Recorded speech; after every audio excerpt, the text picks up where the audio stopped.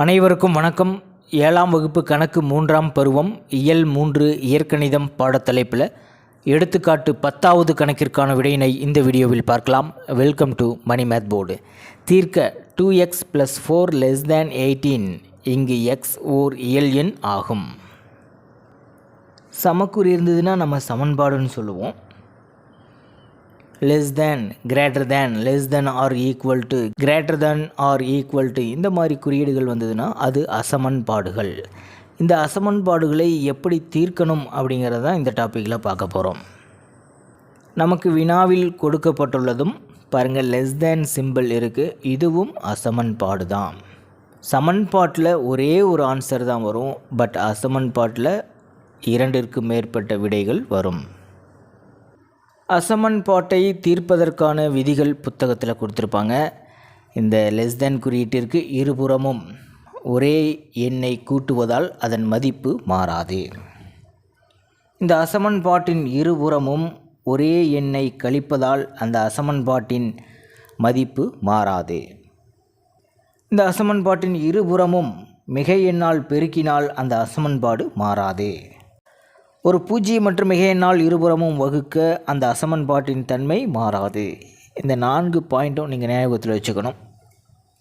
இந்த அசமன்பாட்டிற்கான தீர்வு எப்படி கண்டுபிடிக்கிறதுன்னு பார்க்கலாம். முதல்ல அந்த அசமன்பாடு எடுத்து எழுதிக்கலாம். 2x + 4 < 18. இங்கு x என்பது இயல் எண் அப்படின்னு சொல்லியிருக்காங்க. இயல் எண் அப்படின்னா உங்களுக்கு என்னன்னு தெரிஞ்சிருக்கணும்.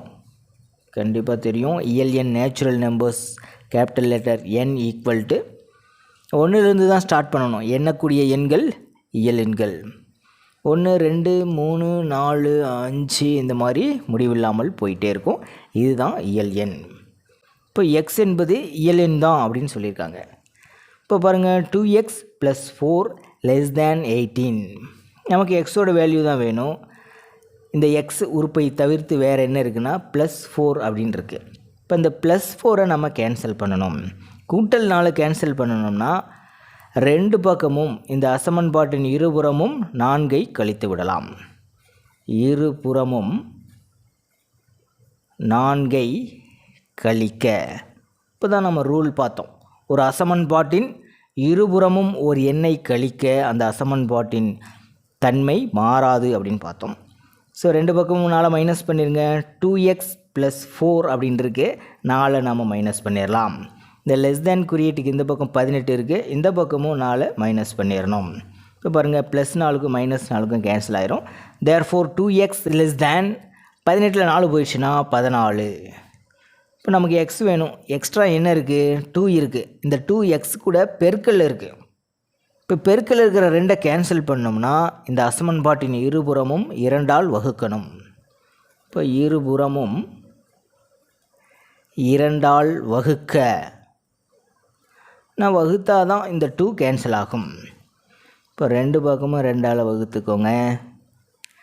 இந்த 2க்கு இந்த 2 கேன்சல் ஆகிடும். இந்த லெஸ் தேன் குறியீட்டுக்கு இடதுபுறமாக x மட்டும்தான் இருக்கும்.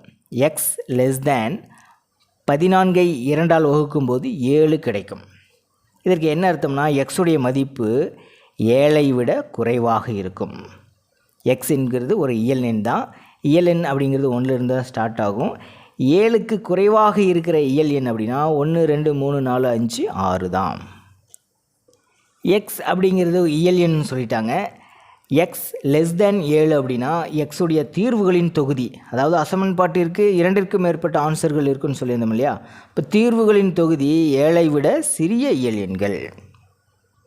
7ஐ விட சிறிய எண்கள். எனவே ஆன்சர் பாருங்கள் 1 2 3 4 5 6 ஆகும்.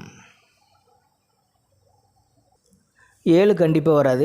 7க்கு குறைவான இயல் எண் அப்படின்னா 7 நம்ம எடுத்துக்கக்கூடாது. 7ஐ விட குறைவாக இருக்கிற இயல் எண்கள் 1 முதல் 6 வரை. இப்போ எக்ஸுக்கு இந்த ஆன்சர் எல்லாமே வரும். எக்ஸோட மதிப்பு 1ன்னு பிரதிட்டிங்கன்னா 2 × 1 2 தான். 2 கூட 4 கூட்டினா 6. 6 என்பது 18ஐ விட குறைவான மதிப்பு. ஆகவே x = 1 அப்படிங்கிறதும் ஒரு ஆன்சர் தான். x = 2 அப்படிங்கிறது ஆன்சர் தான். எக்ஸுக்கு பதிலாக 2 போடுங்க. 2 4 4 4 2ஐயும் கூட்டுங்க 8. 8 என்பது 18ஐ விட குறைவான மதிப்பு தான். ஆகவே எக்ஸின் தீர்வு 2ஆகவும் அமையும். இதுபோல் எக்ஸோட தீர்வுகள் 1 2 3 4 5 6 இது எல்லாமே எக்ஸுடைய தீர்வுகள் தான். எடுத்துக்காட்டு 11வது கணக்கிற்கான விடையினை அடுத்த வீடியோவில் பார்க்கலாம். மேலே இருக்கிற ஐ கார்டு செக் பண்ணிக்கிங்க. இந்த கணக்கில் உங்களுக்கு கூடுதலான விளக்கம் தேவைப்பட்டால் கீழே இருக்கிற கமெண்ட் பாக்ஸில் கேளுங்க. தேங்க்யூ.